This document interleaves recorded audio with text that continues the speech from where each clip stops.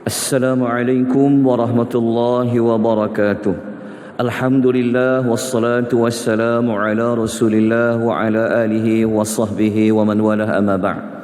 Muslimin dan muslimat rahimani wa rahimakumullah. InsyaAllah pagi ini kita akan membaca ayat yang ke-72 dan kita akan lanjutkan pada ayat yang ke-73. Boleh rujuk nota bercetak muka surat 87.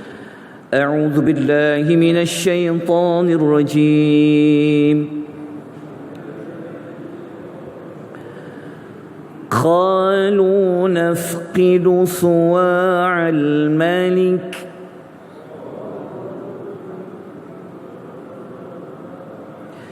ولمن جاء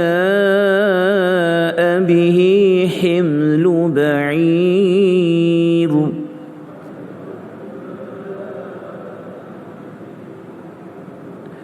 wa ana bihi za'im. Okay. Ayat 72 kita baca terjemahannya.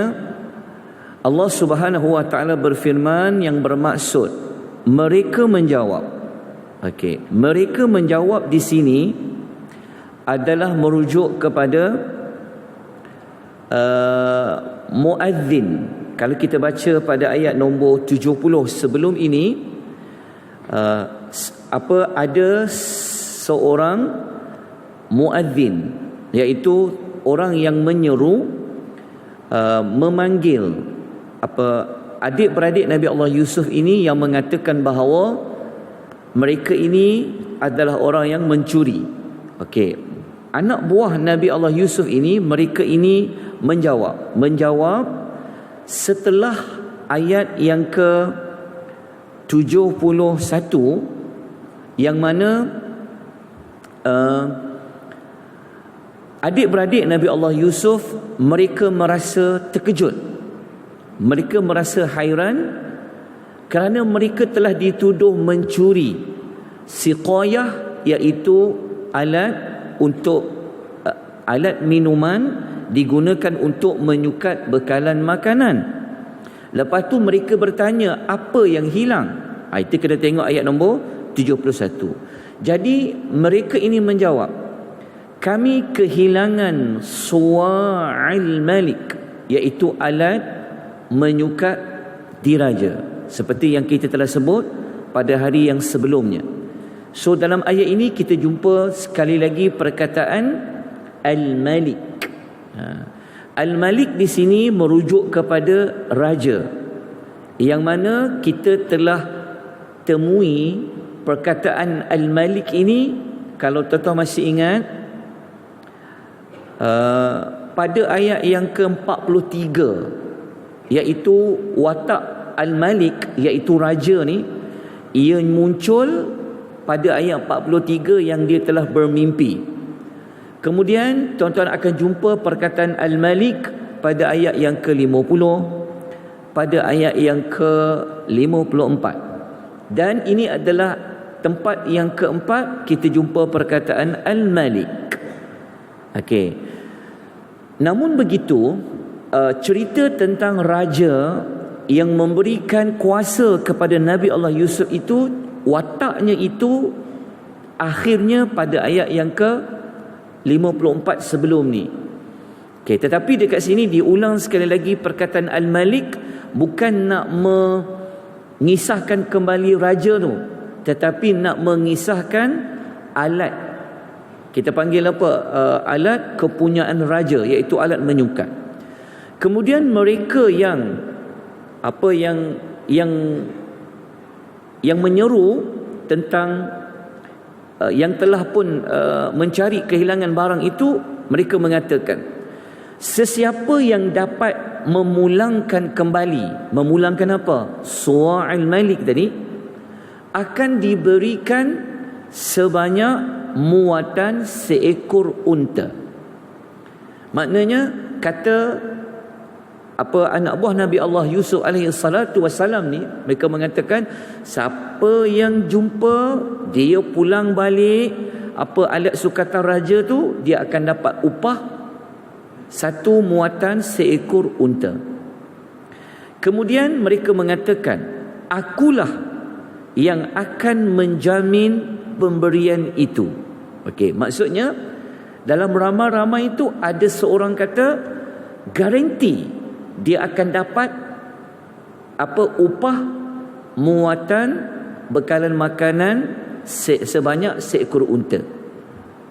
Okey. Ayat ini apa yang kita dapat belajar?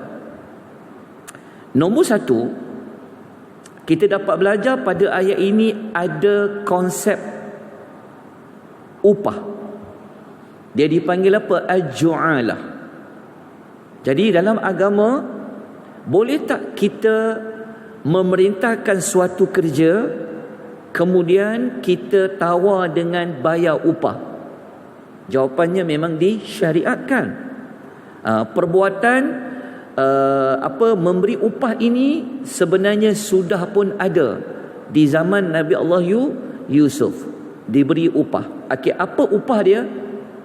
Upah dia, ganjaran dia adalah kalau pulangkan semula alat sukatan diraja tadi. Pelajaran nombor 2, dalam masa yang sama kita dapat belajar di sini wujudnya konsep kafalah, iaitu konsep jaminan. Dia panggil menjamin. Kita belajar dalam hukum hakam jual beli pun memang ada konsep apa? Ada garantor. Tapi kesian pada garantor kalau yang meminjam tu tak bayarlah. Tapi konsep garantor tu sudah ada pada zaman Nabi Allah Yusuf ini. Kat mana garantor dia? Dekat ayat wa anabihi zaim. Dia kata aku jamin akan dapat ganjaran itu. Bukan ganjaran itu ditawarkan tapi tidak dibayar, tapi ada jaminan dekat situ. Okey, ini dua pengajaran yang boleh kita ambil daripada ayat yang ke-72. Baik, kita terus kepada ayat yang ke-73. قالوا تالله لقد علمتم ما جئنا لنفسد في الأرض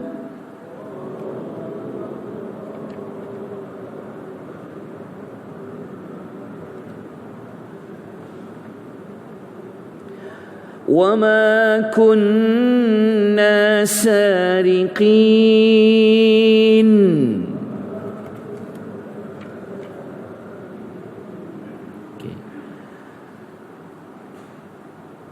Saudara-saudara Yusuf ini, ia menjawab kembali. Mereka mengatakan, Tallahi, demi Allah. Okey, ayat ini 11 adik-beradik Nabi Allah Yusuf ini, mereka telah mengatakan mereka tidak mencuri, tapi cara macam mana mereka bersumpah. Kita tengok ada huruf tallah kan. Okey, kenapa tak guna huruf sumpah wallahi? Okey, begini. Dalam Quran ini tuan-tuan boleh terus tulis dekat pengajaran Sumpah di dalam Al-Quran ada 3 huruf yang boleh digunakan sebagai elemen sumpah. Kadang-kadang kita selalu jumpa Allah bersumpah dalam Quran menggunakan huruf apa? Waw. Macam wal afri, demi masa. Kadang-kadang Allah menggunakan huruf ba. Ada. Kadang-kadang Allah menggunakan huruf ta. Macam ayat ni ada tallahi. Kenapa mereka bersumpah dengan tallahi? Kerana kita manusia tidak boleh bersumpah demi matahari ke, demi bulan ke, tak boleh. Allah sahaja yang boleh bersumpah dengan makhluknya. Okey, tetapi kenapa guna huruf ta? Kenapa tak guna qalu wallahi? Kenapa tak guna huruf waw wallahi? Kenapa guna tallahi? Kalau dah guna tallahi ni dipanggil paling kuat sumpahnya. Sebab tu dalam mahkamah Ada kadang-kala apabila hakim dia ragu tentang satu statement dalam mahkamah syariah contohnya, memang ada sumpah. Dia nak kuatkan hujung tu, maka diminta kepada sama ada defendant ke plaintiff ke, dia kena bersumpah. So sumpah yang dia akan guna 3. Dia akan kata wallahi wabillahi watallahi. Kalau guna tallah tu dah yang paling maksimum, yang paling kuat sekali lah. Wallahi demi Allah, wabillahi demi Allah, tallahi tu paling kuat. Okey. Kemudian mereka berkata, demi Allah, sesungguhnya kamu ni yang duduk dekat Mesir ni, kamu semua sedia maklum, kami datang dekat Mesir ni bukan nak buat kerosakan di bumi Mesir. 11 saudara Yusuf ni kata, korang pun tahu kami datang kat sini nak dapatkan stok bekalan makanan. Bukan kami datang kat sini nak apa? Bukan kami nak menjadi pencuri. Bukan kami nak buat masalah dekat Mesir ni. Ini adalah ucapan daripada 11 orang anak Nabi Allah Yaqub. Ketika mereka dah nak apa? Mereka dah nak beredar dah daripada Mesir, nak balik ke Palestin. Kenapa mereka kata mereka bukanlah pencuri? Kerana pada ayat nombor 70 mereka telah dituduh apa? Lasariqun, pencuri. Jadi mereka kata tak, kami tidak mencuri seperti mana yang kamu sedia maklum. Okey, ayat 74. Ayat 74 dijawab balik oleh anak buah Nabi Allah Yusuf ini. Ni dia panggil sesi dialog. Okey. Mereka mengatakan, kita baca ayatnya. Qalu fama jazaa'u in kuntum kadhibin.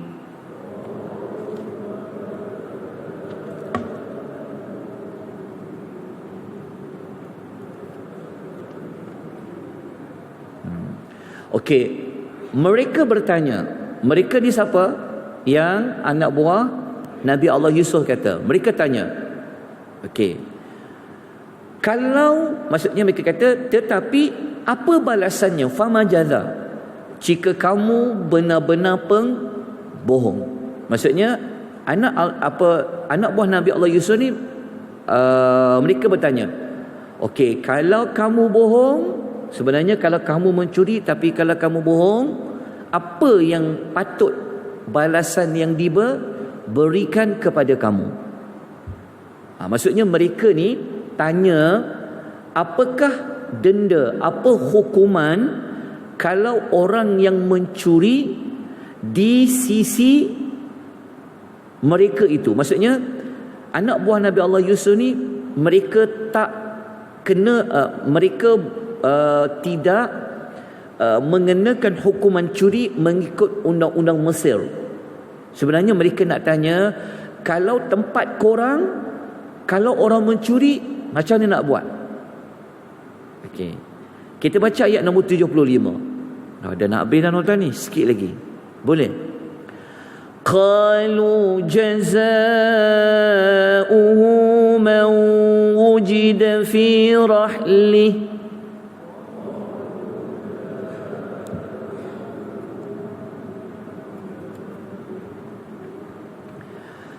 فهو جزاؤه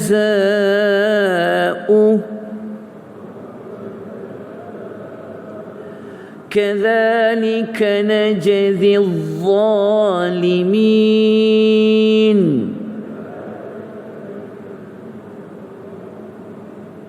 Okey. Mereka menjawab. Okey.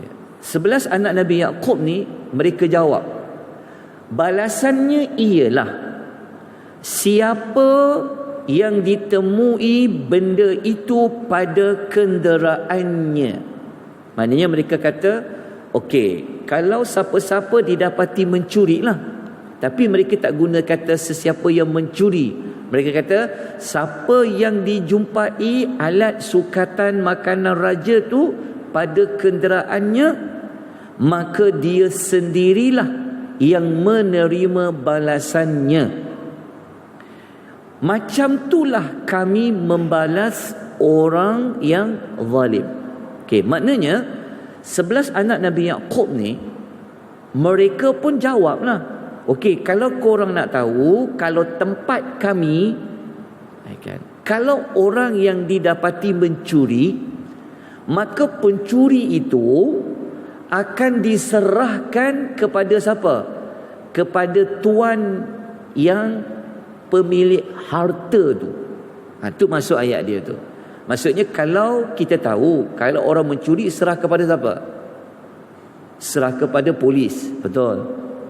Lepas tu dibicarakan masuk penjara.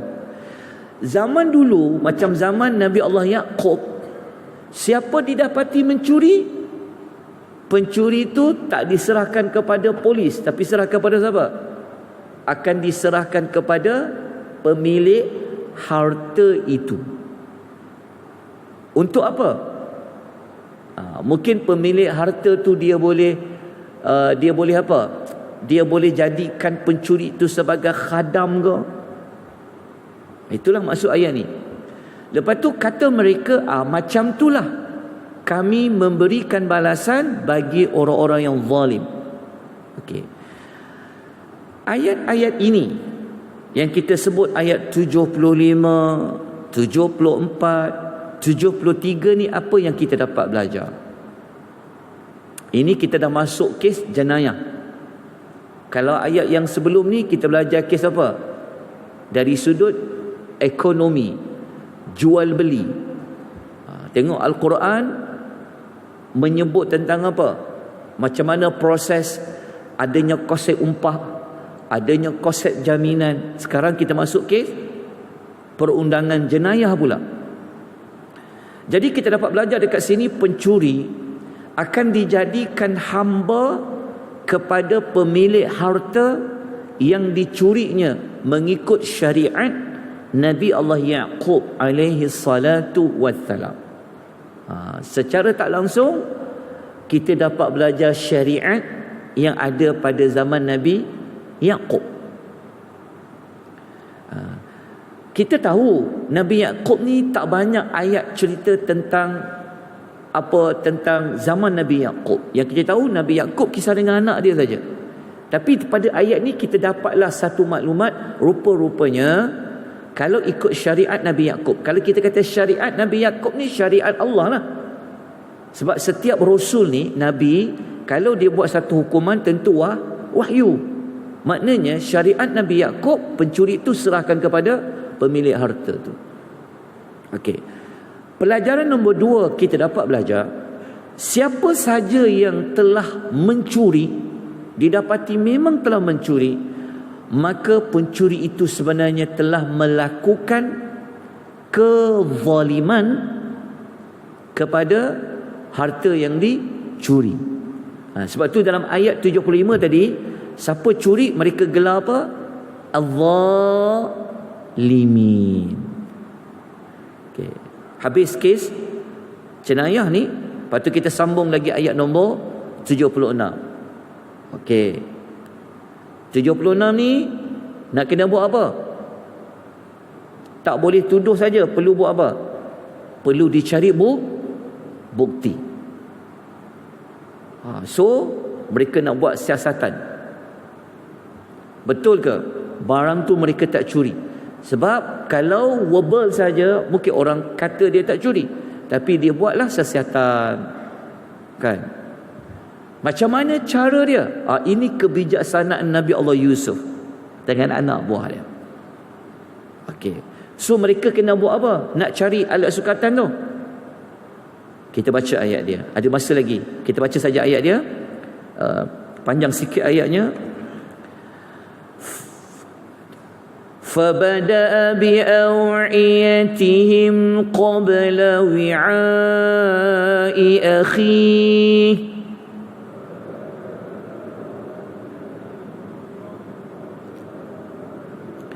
ثُمَّ اسْتَخْرَجَهَا مِنْ وِعَاءِ أَخِيهِ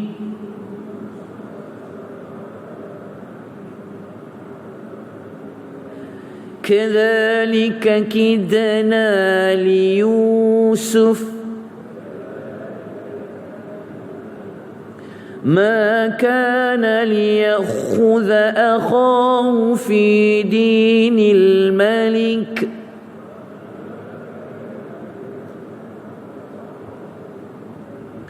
إلا أن يشاء الله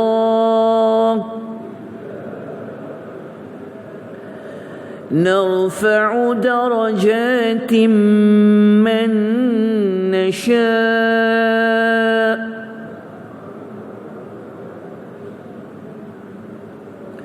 وفوق كل ذي علم عليم.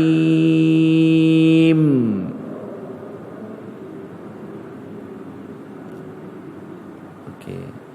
Terjemahan ayatnya kita kena baca keesokan pagi insya-Allah. Okey, sebab waktu pun dah 20 minit. Okey. Insya-Allah kita sambung perincian ayat nombor 76. Kita baca terjemahan dia, perincian dia dan beberapa pengajaran insya-Allah pada keesokan hari insya-Allah. Moga-moga Allah memberikan kita banyak keberkatan, Allah memberikan kita rahmat, Allah memberikan cahaya dalam hidup kita dengan panduan Al-Quranul Karim, dengan keberkatan Al-Quranul Karim. Aqulu qouli hadza wa astaghfirullahal azim wa billahi taufiq hidayah. Wassalamu alaikum warahmatullahi wabarakatuh.